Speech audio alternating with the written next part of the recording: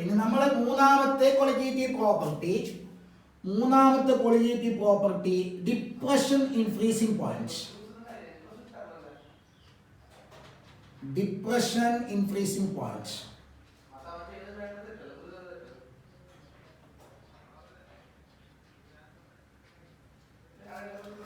ഇത് പറയണമെങ്കിൽ നമ്മളെ എലിവേഷനും ബോയിലിംഗ് പോയിന്റ് പറയുമ്പോൾ ആദ്യം പറഞ്ഞ എന്താ, വാട്ട് ഈസ് ബോയിലിംഗ് പോയിന്റ്. അതേപോലെ ഡിപ്രഷൻ ഇൻ ഫ്രീസിംഗ് പോയിന്റ് എന്ന് അറിയണമെങ്കിൽ എന്താണ് ഫ്രീസിംഗ് പോയിന്റ് എന്ന് അറിയണം. സാധാരണ രീതിയിൽ നമ്മൾ ഫ്രീസിംഗ് പോയിന്റ് എന്ന് പറഞ്ഞാൽ എന്തിനാ, ഒരു ലിക്വിഡ് തണുത്തിട്ട് സോളിഡ് ആയി മാറുന്ന ടെമ്പറേച്ചറാണ് ഫ്രീസിംഗ് പോയിന്റ് അല്ലെ. വെള്ളത്തിന്റെ ഫ്രീസിംഗ് പോയിന്റ് എത്ര, 0 ഡിഗ്രി സെൽഷ്യസ്. മീനിങ് എന്താ, വെള്ളം ഐസാവാൻ തുടങ്ങുന്ന ടെമ്പറേച്ചർ. ഓക്കെ, ആക്ച്വലി ശരി തന്നെയാണത്. ആക്ച്വലി അവിടെ ആ ഒരു ഫേസ് ട്രാൻസിഷൻ നടക്കുന്ന ആ സ്ഥലം, അവിടെ ഒരു ഫിസിക്കൽ ഇക്വിലിബ്രിയം എസ്റ്റാബ്ലിഷ് ചെയ്യുന്നുണ്ട്. അതറിയാം നിങ്ങൾക്ക്. എന്താണ്, ലിക്വിഡ് സോളിഡായിട്ട് മാറുമ്പോൾ, ലിക്വിഡ് സോളിഡായിട്ട് മാറുന്നത് ഒരു ഫിസിക്കൽ ചേഞ്ചാണ്. ആ ചേഞ്ചിനോടൊപ്പം തന്നെ സോളിഡ് എന്താവും, ലിക്വിഡായിട്ട് മാറുന്ന പ്രോസസ്സ് നടക്കുന്നുണ്ട്. ലിക്വിഡ് സോളിഡ് ആവുന്നു, സോളിഡ് ലിക്വിഡ് ആവുന്നു. ഇവിടുന്ന് അങ്ങോട്ടുള്ള പ്രോസസ്സിനെയാണ് നമ്മൾ എന്ത് പറയുന്നത്, ഫ്രീസിങ് എന്ന് പറയുന്നത്. തിരിച്ചുള്ള പ്രോസസ്സിന്റെ പേരെന്താണ്, melting. So freezing and melting, ഈ രണ്ട് പ്രോസസ്സുകൾ ആക്ച്വലി ഒരുമിച്ച് നടക്കുന്ന ഒരു പ്രോസസ്സാണ്. അവിടെ ഒരു ഇക്വിലിബ്രിയം, ഫിസിക്കൽ ഇക്വിലിബ്രിയം എസ്റ്റാബ്ലിഷ് ചെയ്യുന്നുണ്ട്. അപ്പൊ ലിക്വിഡ് ഫ്രീസ് ആവാൻ തുടങ്ങുന്ന ടെമ്പറേച്ചറാണ് ഫ്രീസിംഗ് പോയിന്റ്, സോളിഡ് മെൽറ്റ് ആവാൻ തുടങ്ങുന്ന ടെമ്പറേച്ചറാണ് മെൽറ്റിംഗ് പോയിന്റ്. അതായത് ഒരു ലിക്വിഡിന്റെ ഫ്രീസിംഗ് പോയിന്റും ആ ലിക്വിഡിന്റെ സോളിഡിന്റെ മെൽറ്റിംഗ് പോയിന്റും സെയിം ആണ്. വെള്ളത്തിന്റെ ഫ്രീസിംഗ് പോയിന്റ് 0 ഡിഗ്രി സെൽഷ്യസ് ആണ്. വെള്ളം ഫ്രീസ് ആയിട്ടുണ്ടാവും, ഐസ് ആവും. ഐസ് മെൽറ്റ് ചെയ്യുന്ന പോയിന്റ് എത്രയാ, ടെമ്പറേച്ചർ എത്രയാ, അത് 0 ഡിഗ്രി സെൽഷ്യസ് ആണ്. അതായത് ഐസിന്റെ മെൽറ്റിംഗ് പോയിന്റും വെള്ളത്തിന്റെ ഫ്രീസിംഗ് പോയിന്റും സെയിം ആണ്. ഈ ഒരു പോയിന്റ് ഉണ്ടല്ലോ, ഈ ഒരു ടെമ്പറേച്ചർ, അതായത് മെൽറ്റിംഗ് പോയിന്റ്, ഫ്രീസിംഗ് പോയിന്റ്, അടുത്ത ഒരു പ്രത്യേകത, ഈ ലിക്വിഡിന്റെയും സോളിഡിന്റെയും വേപ്പർ പ്രഷർ സെയിം ആയിരിക്കും. നമുക്കൊരു ഗ്രാഫ് ഒന്ന് കാണാൻ പറ്റും. നോക്കാം. അപ്പോൾ freezing point of a liquid is actually the temperature. Freezing point of a liquid is the temperature at which its liquid phase and solid phase exist in equilibrium. രണ്ടും ഇക്വിലിബ്രിയത്തിൽ exist ചെയ്യുന്ന ആ പോയിന്റ് ആണ് freezing point. പിന്നെയോ and that temperature, liquid phase and solid phase has the same vapor pressure. Okay, അപ്പൊ എന്താണ് depression, freezing point എന്താണെന്ന് മനസ്സിലായി അല്ലെ, ഫ്രീസിംഗ് പോയിന്റ് എന്താണെന്ന് മനസ്സിലായി. ഇനി എന്തുകൊണ്ട് എന്താണ് ഇനി ഡിപ്രഷൻ ഇൻ ഫ്രീസിംഗ് പോയിന്റ് എന്ന് മനസ്സിലാക്കണം. എന്നിട്ടോ അത് എന്തുകൊണ്ട് കൊളിഗേറ്റീവ് പ്രോപ്പർട്ടി ആയി എന്ന് പറയണം. എന്നിട്ടോ അതിൽ നിന്ന് മോളിക്കുലാർ മാസ് കണ്ടെത്തണം. അപ്പോൾ ഡിപ്രഷൻ ഇൻ ഫ്രീസിംഗ് പോയിന്റ് എന്ന് പറഞ്ഞാൽ നമ്മളൊരു പ്യുവർ സോൾവെന്റ് എടുത്തു. ആ പ്യുവർ സോൾവെന്റിന്റെ ഫ്രീസിംഗ് പോയിന്റിനെ ഞാൻ T0F എന്നെടുക്കുന്നു. T0F, അതിലേക്കൊരു നോൺ വോളറ്റൈൽ സൊല്യൂട്ട് ആഡ് ചെയ്ത് കഴിഞ്ഞാൽ അത് സൊല്യൂഷൻ ആയി. ആ സൊല്യൂഷന്റെ ഫ്രീസിംഗ് പോയിന്റ് ആണ് TF. രണ്ട് ക്വാണ്ടിറ്റിയാണ് ഞാൻ ഡിഫൈൻ ചെയ്തത്. This is the freezing point of the pure solvent. This is the freezing point of the solution. Okay, ഏത് solution? The solution consisting of non volatile solute. ഇതില് ഈ T0F-നേക്കാൾ ചെറുതായിരിക്കും TF. അതായത് പ്യുവർ സോൾവെന്റിലേക്ക് നോൺ വോളറ്റൈൽ സൊല്യൂട്ട് ആഡ് ചെയ്ത് കഴിഞ്ഞാൽ അതിന്റെ ഫ്രീസിംഗ് പോയിന്റ് കുറയും, ബോയിലിംഗ് പോയിന്റ് കൂടും, ഫ്രീസിംഗ് പോയിന്റ് കുറയും. ഓക്കെ, അപ്പൊ ഫ്രീസിംഗ് പോയിന്റിൽ എത്ര കുറവുണ്ടായി? T0F minus TF, and this quantity is called depression in freezing point delta TFA. So when a non-volatile solute is added to a pure solvent, the freezing point of the solution is always less than the freezing point of the pure solvent. The difference in the freezing point is called delta TF, depression in freezing point. അപ്പോൾ freezing പോയിന്റും clear ആയി, freezing പോയിന്റിലുള്ള ഡിപ്രഷനും clear ആയി. ഇനി ആ freezing പോയിന്റിലുണ്ടാകുന്ന depression colligative property ആയത് എന്തുകൊണ്ട്? അറിയണ്ടേ? ആ അതിനില്ലടോ നമ്മൾ നേരത്തെ പറഞ്ഞ പോലെ ഗ്രാഫ് വരച്ചിട്ട് പറയുന്നതാണ് ഈസി.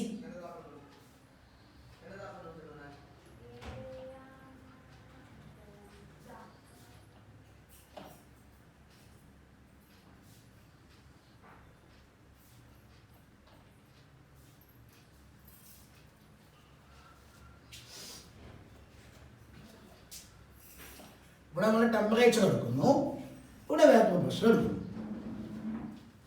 എൻ്റെ കയ്യിൽ ഒരു ലിക്വിഡ് ഉണ്ട്, പ്യുർ സോൾവെന്റ്. ആ പ്യുർ സോൾവെന്റ് ഇപ്പോൾ ഇതാ ഏത് ടെമ്പറേച്ചറിൽ? ഈ ടെമ്പറേച്ചറിലാണ് ഉള്ളത്. കുറച്ച് കൂടിയ ടെമ്പറേച്ചറാണ്.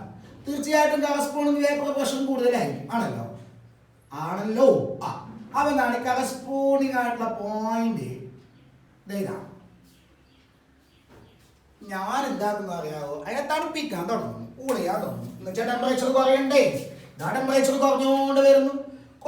ടെമ്പറേച്ചർ കുറയുമ്പോൾ സ്വാഭാവികമായിട്ട് വേപ്പർ പ്രഷർ കുറയും. വേപ്പർ പ്രഷർ കുറഞ്ഞുകൊണ്ട് വരുന്നു, ടെമ്പറേച്ചർ കുറയുന്നു, വേപ്പർ പ്രഷർ കുറയുന്നു. അങ്ങനെ ഇതവിടെ എല്ലാം ലിക്വിഡാണ്. ഇവിടെ ലിക്വിഡാണ്, പ്യുർ സോൾവെന്റ് ലിക്വിഡ് ഫേസിലാണ്. ഈ ഒരു ടെമ്പറേച്ചറിലേക്ക് എത്തുമ്പോൾ പെട്ടെന്ന് ഫേസ് ട്രാൻസിഷൻ സ്റ്റാർട്ട് ചെയ്യുന്നു. എന്ന് പറഞ്ഞാൽ സോളിഡിലേക്ക് പോകാൻ തുടങ്ങുന്നു. സോളിഡ് ആവാൻ തുടങ്ങുമ്പോൾ വേപ്പറിന്റെ എണ്ണം ഗണ്യമായിട്ട് കുറയും.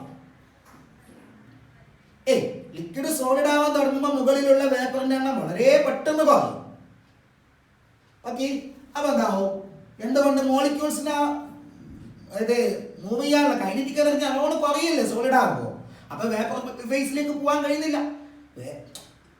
ലിക്വിഡ് സോളിഡ് ആകുന്നത് കൈനറ്റിക് എനർജി വളരെ കുറയും. സോ അതിന്റെ മോളിക്യൂൾസിന് വേപ്പറിലേക്ക് എസ്കേപ്പ് ചെയ്യാൻ പറ്റുന്നില്ല. സോ വേപ്പർ പ്രഷർ വളരെ പെട്ടെന്ന് കുറയും. അപ്പൊ ഇവിടെ അത് സോളിഡ് ഫേസിലാണ് സോളിഡ്. അപ്പൊ ഇവിടെ വെച്ചിട്ടാണ് ലിക്വിഡ് സോളിഡ് ആവാൻ തുടങ്ങുന്നത്. ആ തുടങ്ങുന്ന ടെമ്പറേച്ചറിനെയാണ് നമ്മൾ എന്ത് വിളിച്ചത്? Freezing point of the solvent T0F. അതിന്റെ പ്രത്യേകത ഇവിടെയാണ് വേപ്പർ പ്രഷർ. ഇതാണ് വേപ്പർ പ്രഷർ. ഇതാരുടെ വേപ്പർ പ്രഷറാണ്? അത് ലിക്വിഡിന്റെ വേപ്പർ പ്രഷറാണ്, സോളിഡിന്റെ വേപ്പർ പ്രഷറാണ്. അപ്പൊ ഫ്രീസിംഗ് പോയിന്റിൽ ലിക്വിഡിനും സോളിഡിനും ഒരേ വേപ്പർ പ്രഷറാണ്. അപ്പൊ ഇപ്പൊ മനസ്സിലായ സംഗതി? ഇനി ആ ലിക്വിഡിലേക്ക് നിങ്ങൾ വീണ്ടും എടുത്തു. ആ ലിക്വിഡിലേക്ക് നിങ്ങൾ നോൺ വോളറ്റൈൽ സൊല്യൂട്ട് ആഡ് ചെയ്യുന്നു.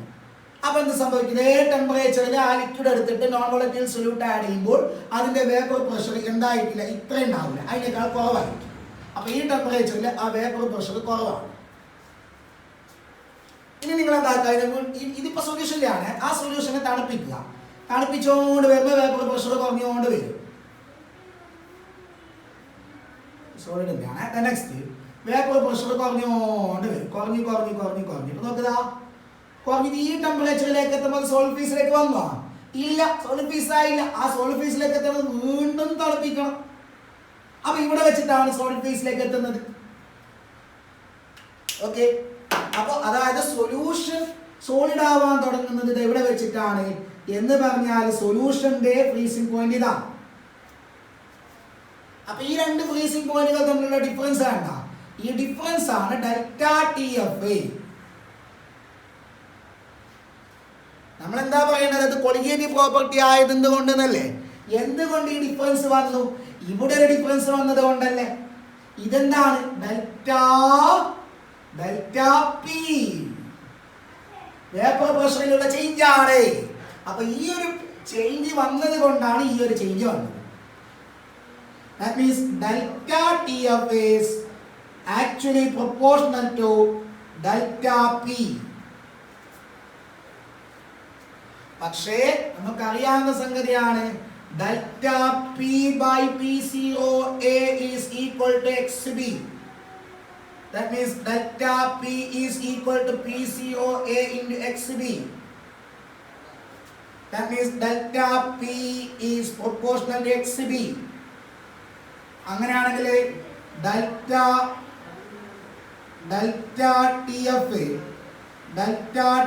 is proportional to XB. That means the value of delta TF depends on the number of solute particles. So delta TF is a colligative property. ഇപ്പോൾ ക്ലിയർ ആയോ? ഇനി നമ്മൾ എന്താ പറയണം? ഇതിൽ നിന്ന് സൊല്യൂട്ടിന്റെ മോളിക്കുലർ മാസ് ഡിറൈവ് ചെയ്യണം. ഈസിയാണ്, തുടങ്ങാം. Delta TF is equal to a constant K into XB. എല്ലാം നേരത്തെ പറഞ്ഞത്, നേരത്തെ എലിവേഷൻ ബോയിലിംഗ് പോയിന്റ് പറഞ്ഞ പോലെ തന്നെ ഈക്വൽ ടു K into ഇതെന്താണ്? Number of moles of solute divided by total number of moles of solution. For dilute solution, what? NB is far less than NA. അപ്പോൾ ഇതെന്തായി? approximately equal to K into NB divided by NA. അല്ലേ?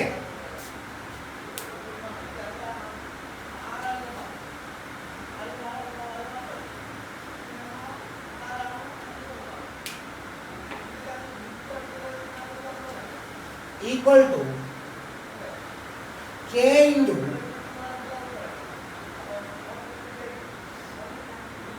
എന്താണ് number of moles? N is equal to mass in gram divided by molecular mass. അപ്പോൾ ഇതെന്തായി?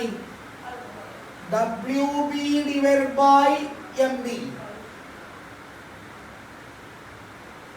by WA into WA by MA. ഇതിനെ എങ്ങനെ എഴുതാം? Equal to K into MA WB by MB into WA. അല്ലേ? ഇനിയോടോ ഇത് constant ആണ്, ഇതും constant ആണ്. Molecular mass of solvent is A constant. Okay, ഞാൻ ആ കോൺസ്റ്റന്റ് ഉണ്ടല്ലോ, അതിനെ ഞാൻ പുതിയൊരു കോൺസ്റ്റന്റ് ആക്കി വിളിക്കുന്നു. അതിന്റെ പേരാണ് capital K. WB by MB into WA. ഇനി 1000 കൊണ്ട് ഡിവൈഡ് ചെയ്യുക, 1000 കൊണ്ട് മൾട്ടിപ്ലൈ ചെയ്യുക. K by 1000 WB by MB into 1000 by MWA. ഇനി രണ്ട് കാര്യങ്ങൾ ഒരുമിച്ച് ഡിഫൈൻ ചെയ്യാം നമുക്ക്. ഇത് രണ്ടും കോൺസ്റ്റന്റ് അല്ലടാ. K by KF is constant അല്ല. K by 1000 is a constant which is denoted as KF.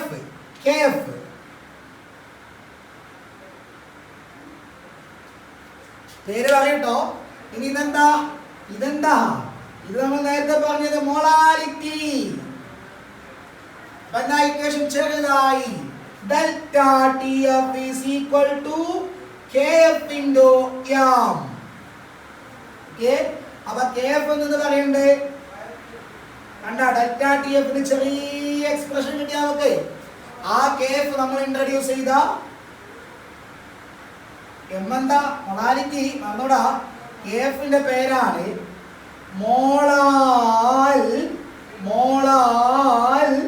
Depression constant of the solvent. Molar depression constant of the solvent, അല്ലെങ്കിൽ അതിന്റെ പേരാണ് ക്രയോസ്കോപ്പിക് കോൺസ്റ്റന്റ്. ക്രയോസ്കോപ്പിക് കോൺസ്റ്റന്റ്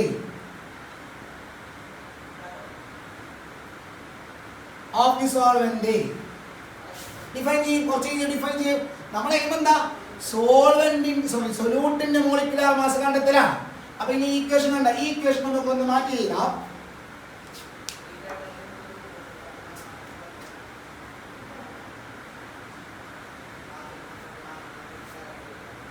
ആ ഈക്വേഷനെ just ഒന്ന് മാറ്റി എഴുതാം.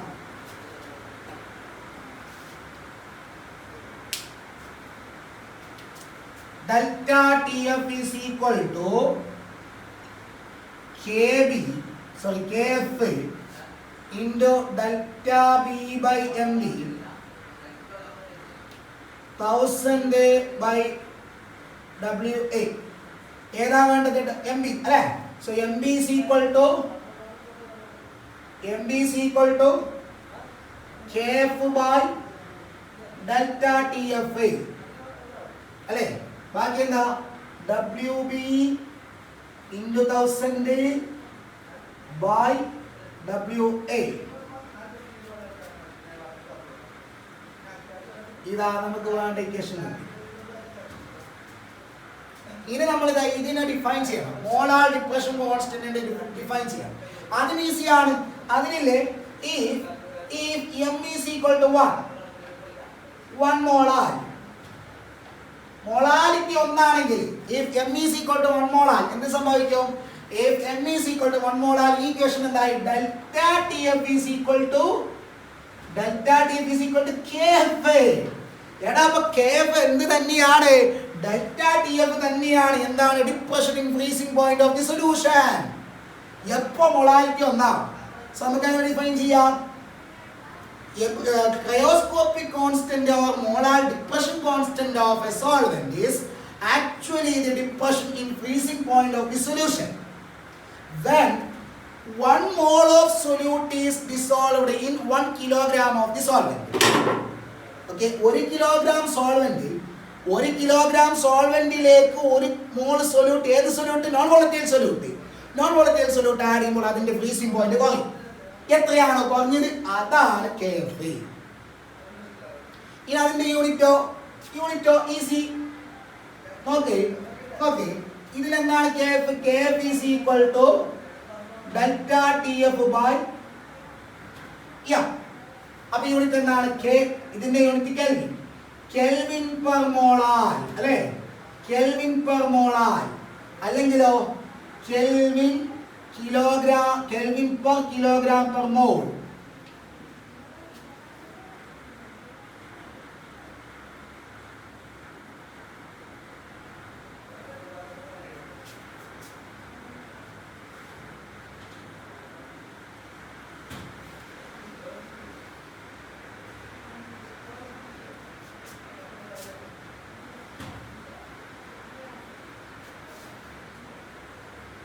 Sorry, Kelvin per mole per kilogram.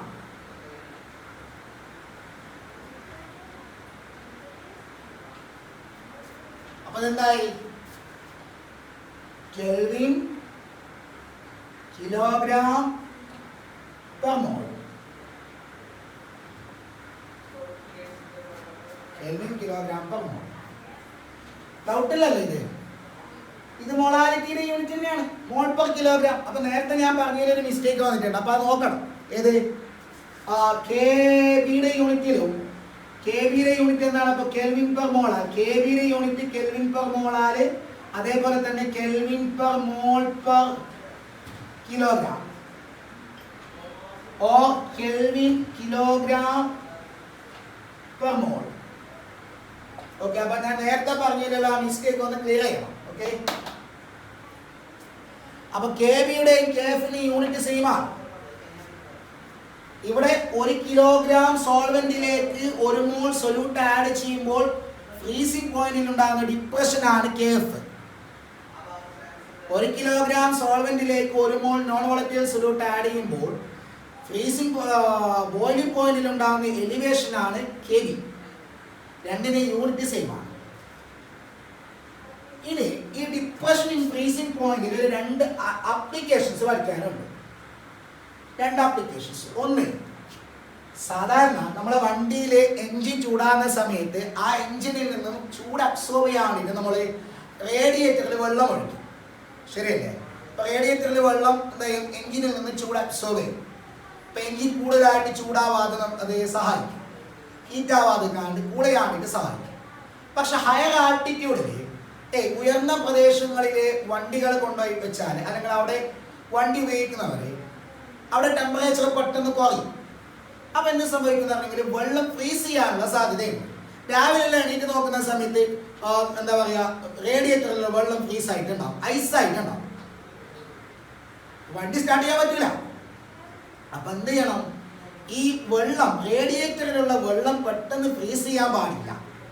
0°C എത്തിയാൽ വെള്ളം ഫ്രീസാവും. അത് ഉറപ്പല്ലേ? 0°C എത്തിക്കഴിഞ്ഞാൽ വെള്ളം ഫ്രീസാവും എന്നുള്ള കാര്യത്തിൽ ഡൗട്ടില്ല. പക്ഷെ വെള്ളം ഫ്രീസ് ആവാതിരിക്കണം. ഫ്രീസ് ചെയ്യാതിരിക്കണമെങ്കിൽ എന്ത് വേണം? ഫ്രീസിംഗ് പോയിന്റ് കുറക്കണം. എങ്ങനെ പ്യുവർ സോൾവെന്റിന്റെ ഫ്രീസിംഗ് പോയിന്റ് കുറക്കാം? നോൺ വോളറ്റൈൽ സൊല്യൂട്ട് ആഡ് ചെയ്താൽ മതി. അപ്പൊ സാധാരണ അവിടെ ചെയ്യുന്നതെന്ന് പറഞ്ഞാൽ എത്തിലീൻ ഗ്ലൈക്കോൾ ആഡ് ചെയ്യും. എത്തിലീൻ ഗ്ലൈക്കോൾ ആഡ് ചെയ്യുമ്പോൾ അത് സൊല്യൂഷനാണ്. A solution consisting of non volatile solute. അപ്പൊ എന്താണെന്ന് അറിയാം, ഫ്രീസിംഗ് പോയിന്റ് 0 നിന്ന് താഴും. അത് എത്ര എത്തിലീൻ ഗ്ലൈക്കോൾ ഉപയോഗിക്കുന്നതിനനുസരിച്ചിട്ടാണ്. ഓക്കെ, അപ്പോൾ ആവശ്യത്തിന് ഒരുപാടൊന്നും കൂട്ടാൻ പാടില്ല. എത്തിലീൻ ഗ്ലൈക്കോൾ ഉപയോഗിച്ചിട്ട് ഫ്രീസിംഗ് പോയിന്റ് 0 താഴെ കൊണ്ടുവരും. ഫോർ എക്സാമ്പിൾ, എത്തിലീൻ ഗ്ലൈക്കോൾ ഉപയോഗിച്ചപ്പോൾ ഫ്രീസിംഗ് പോയിന്റ് -5°C ആയി വിചാരിക്കാം. അതായത് ടെമ്പറേച്ചർ -5 എത്തിയാലേ പിന്നെ വെള്ളം തണുക്കത്തുള്ളൂ, ഐസാവത്തുള്ളൂ. ഓക്കെ അല്ലേ? അപ്പൊ ഈ എത്തിലീൻ ഗ്ലൈക്കോൾ എന്ന് പറയുന്ന ഒരു പേരാണ് ആന്റി ഫ്രീസിംഗ് ഏജന്റ്. അതെ, ആന്റി ഫ്രീസിംഗ് ഏജന്റ്.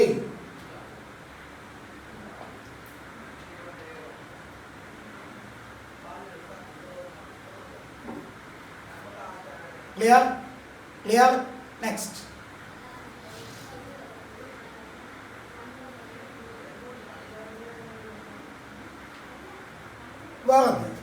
ഈ തണുപ്പുള്ള രാജ്യങ്ങളിൽ നല്ല തണുപ്പ്, ഓൾറെഡി അവിടെ തണുപ്പാണ്. പിന്നെ എന്താ പറയുക, സീസണൊക്കെ വരുമ്പോൾ, തണുപ്പുള്ള സീസൺ വരുമ്പോൾ രാവിലെയൊക്കെ നോക്കുമ്പോൾ എണീറ്റ് നോക്കുമ്പോൾ വീടിൻ്റെ മുറ്റം ഫുൾ ഐസായിട്ട്, റോഡിലൊക്കെ മൊത്തം ഐസായിട്ട്.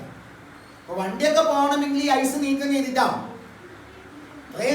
കൂന പോലെ നിൽക്കുന്ന ഐസിന് അങ്ങനെ നീക്കം ചെയ്ത പ്രയാസമാണ്. അപ്പൊ എന്താണ്, അതിനെ ഉരുക്കിക്കളയും. അവിടെ നിങ്ങൾ അറിയേണ്ട ഒരു കാര്യമുണ്ട്. ഐസ് ഉണ്ടല്ലോ, ഐസ് ഈ വെള്ളത്തിന്റെ, വാട്ടറിന്റെ ഫ്രീസിംഗ് പോയിന്റ് 0°C ആണ്. അതായത് വെള്ളം തണുത്ത ഐസാവുന്ന ടെമ്പറേച്ചറാണ് 0°C. ആ ഐസ് ഉരുകുന്ന ടെമ്പറേച്ചർ 0°C ആണ്. ഈ 0°C മുകളിലേക്ക് ടെമ്പറേച്ചർ വരുമ്പോൾ അത് ഉരുകും. 0°C എത്തുമ്പോൾ വെള്ളം തണുത്തിട്ട് ഐസാവാൻ തുടങ്ങും. അങ്ങനെ ഫുൾ ഐസായിട്ട് മാറും. ആ ഐസ് ചൂട് എന്താ പറയുക, ഉരുകണമെങ്കിൽ 0°C മുകളിലേക്ക് ടെമ്പറേച്ചർ വരണം. വേറെ എക്സാമ്പിൾ, ഒരു ലിക്വിഡ് എ എന്നുള്ള ലിക്വിഡ്, അതിന്റെ ഫ്രീസിംഗ് പോയിന്റ് -5°C എന്ന് വിചാരിക്കാം. ടെമ്പറേച്ചർ -5 മുകളിൽ വരുമ്പോൾ അത് ഉരുകും. ഉറപ്പല്ലേ?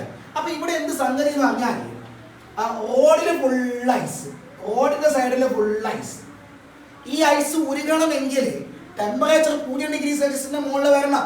ചൂടില്ലേ ഇല്ല, പിന്നെ എങ്ങനെ ഉരുക? നല്ല തണുത്ത കാലാവസ്ഥ, ചൂടാണെങ്കിൽ തീരെ കുറവാണ്. അപ്പൊ എന്താ, 0°C ചൂടെത്തണമെങ്കിൽ കുറേ കാത്തു നിൽക്കണം. അപ്പൊ അവിടെ എന്ത് ചെയ്യുന്നത് അറിയാമോ? അവര് സോഡിയം ക്ലോറൈഡ് അല്ലെങ്കിൽ കാൽഷ്യം ക്ലോറൈഡ് ആഡ് ചെയ്യും. ഈ ഐസിലേക്ക് സോഡിയം ക്ലോറൈഡ് ഇങ്ങനെ കിട്ടും. സോഡിയം ക്ലോറൈഡ് ആഡ് ചെയ്ത് കഴിഞ്ഞാൽ അതെന്തായി? സോഡിയം ക്ലോറൈഡ് ഐസ് മിക്സ്ചറായി. അതായത് non volatile solute is added into the solvent. എന്താവും? ഫ്രീസിംഗ് പോയിന്റ് കുറയും. 0°C എന്നുള്ള ഐസിന്റെ ഫ്രീസിംഗ് പോയിന്റ്, മെൽറ്റിംഗ് പോയിന്റ്, ഐസിന്റെ മെൽറ്റിംഗ് പോയിന്റ് 0°C എന്നുള്ളത് -21°C ആയിട്ട് മാറും. ഐസിന്റെ മെൽറ്റിംഗ് പോയിന്റ് വെള്ളത്തിന്റെ ഫ്രീസിംഗ് പോയിന്റ് ഒന്ന് തന്നെയാണ്. അപ്പോ ഐസിന്റെ മെൽറ്റിംഗ് പോയിന്റ് മാറി എന്ന് പറഞ്ഞാൽ നോൺ വോളറ്റൈൽ സൊല്യൂട്ട് ആഡ് ചെയ്യുമ്പോൾ വെള്ളത്തിന്റെ ഫ്രീസിംഗ് പോയിന്റ് മാറി എന്നാണ്. എത്ര അറിയാം? -21°C ആയിട്ട് കുറയും. അപ്പൊ ഇനി ഐസ് ഉരുകണമെങ്കിൽ 0°C വരെ കാത്തുക്കണ്ട, -21 മുകളിലേക്ക് എത്തിയാൽ മതി. കുറച്ച് ചൂട് മതി, ഇത് ഉരുകാൻ തുടങ്ങും. അതേസമയം കാൽഷ്യം ക്ലോറൈഡ് ആഡ് ചെയ്താൽ എന്താണെന്ന് അറിയാം? ഫ്രീസിംഗ് പോയിന്റ് -52°C വരെയൊക്കെ താഴും. ഇത് നല്ലതാണ്. എന്റെ കാൽഷ്യം ക്ലോറൈഡ് ആഡ് ചെയ്താൽ പെട്ടെന്ന് ഉരുകും. ഏതായാലും -55 മുകളിലായിരിക്കല്ലോ ടെമ്പറേച്ചർ. കാൽഷ്യം ക്ലോറൈഡ് ആഡ് ചെയ്യുമ്പോൾ തന്നെ എന്താ പറയുക, മെൽറ്റിംഗ് പോയിന്റിനേക്കാളും കൂടിയ ടെമ്പറേച്ചർ ആയതുകൊണ്ട് അത് ഉരുകാൻ തുടങ്ങും. ഓക്കെ, ഇനി ലാസ്റ്റ് പിന്നെ കൊളിഗേറ്റീവ് പ്രോപ്പർട്ടി നമുക്ക് അടുത്ത ക്ലാസ്സിൽ ഡിസ്കസ് ചെയ്യാം. ഓക്കെ.